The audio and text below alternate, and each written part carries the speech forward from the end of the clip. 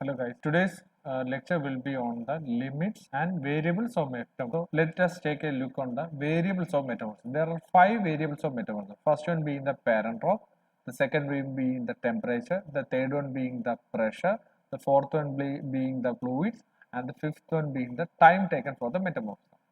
The first and important one will be the parent rock. The nature of metamorphism is entirely dependent on the temperature and pressure, and the nature of the parent rock also has an important role in the nature of metamorphism. When I use the term parent rock, it is nothing but the rock that is present before the metamorphism. So in most of the cases, it will be an igneous or a sedimentary rock, and of course, it can also be another metamorphic rock. And we can take an example. Consider a mudstone, which is a sedimentary rock, has been subjected to metamorphism. It has been changed into slate, and after a time, it has been buried deep so that the slate changes into a schist rock, so that the parent for that particular schist rock will be the mudstone, not the slate. So it must be very clear that the parent rock will be the rock from which the resultant rock will be formed, and it is to be noted that the critical feature of the parent rock will be the minerals present in that rock, and the metamorphism is solely dependent on the stability range of those minerals, which may be changed into new minerals when they are experiencing a new pressure temperature regime. The next variable is the temperature. It is a key variable which determines the type of metamorphism to be happen. As you have learned in the igneous petrology, the mineral stability is defined in terms of temperature, pressure, and presence of fluids. All the minerals will be stable under the certain set of pressure, temperature conditions. Outside the stability range, they will be unstable and will tend to change to new mineral. Take the case of quartz. Quartz is having a stability range of nearly our environmental temperature, that we can safely assume to be 0, and it is stable up to a temperature 1800 degrees Celsius. With the increase in pressure, the upper limit will be increased, and with the increase in water pressure or with the increase in amount of fluids, the upper limit will be decreased. On the other hand, the clay minerals will be only having the stability range up to 100 or 150 degrees Celsius. Once the 150 mark is breached or the stability range is breached, the clay tends to convert into the micas. Most of the rock forming minerals will be having a stability range from 0 to 1000 degrees centigrade. Some minerals will be crystallizing into polymorph depending on the temperature and pressure. Take the example of quartz. Quartz is a good example for a polymorph under which it has a stability range of 0 to 1800. Another example is the polymorph of Al2O5, that is andalucite, sillimanite, and kainite. These polymorphs of Al2O5 are stable at different pressures and temperatures, and they act as the indicators for the pressure and the temperature. We were discussing about the pressure earlier, that there are two types of pressure that can be acted on metamorphism. First one is a uniform pressure, and second one is a directed pressure. Uniform pressure can be due to the overburden, and directed pressure can be due to an external substance. Take the case of a tectonic activity, so that the bed will be or the rock will be experiencing the pressure, and that too will be a directed pressure.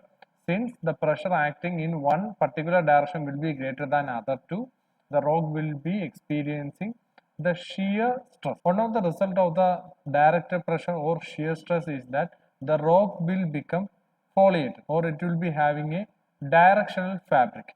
We can just take a look on the next diagram, that the directional pressure acting on a rock will be having a tremendous outcome on the or profound effect on the texture of the rock.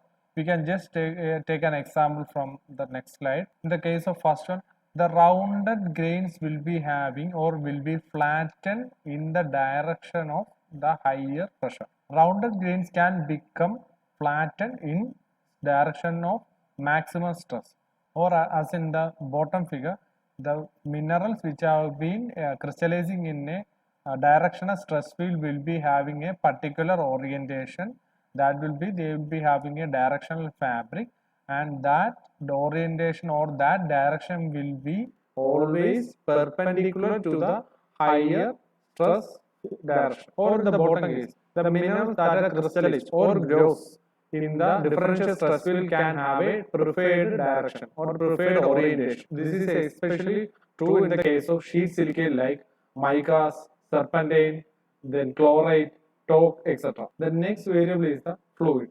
The water is the only fluid that is present inside the rocks in the crust, and we are only considering water here. The water has become an important variable in metamorphism for two reasons. Firstly, water facilitates the transfer of ions between the minerals and within the minerals, and thereby increases the rates of metamorphic reaction taking place. You must be very sure that water doesn't necessarily change the outcome of a metamorphic process, but it speed up the process so that the metamorphism will be completed much within a shorter period of time. Secondly, water, especially hot water, will be having an elevated amount of dissolved substance, and therefore it is an important medium for moving some elements around and within the crust. So not only the water facilitates the metamorphic reaction on a grain to grain basis, it also allows the transportation of ions from one place to